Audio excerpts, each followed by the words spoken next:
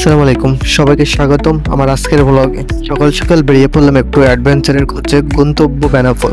গন্তব্য যদিও কোনো প্ল্যান করা নেই, তবু আজকের ব্লগটা অনেক স্পেশাল। প্রথমেই আমরা পৌঁছে গেলাম বেনাপোল পুরো গেট।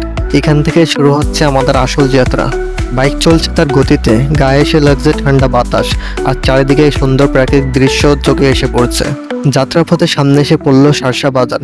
সবাই বাইক থামিয়ে এক কাপ করে চা খেয়ে মাইন্ড ফ্রেশ করে নিলাম।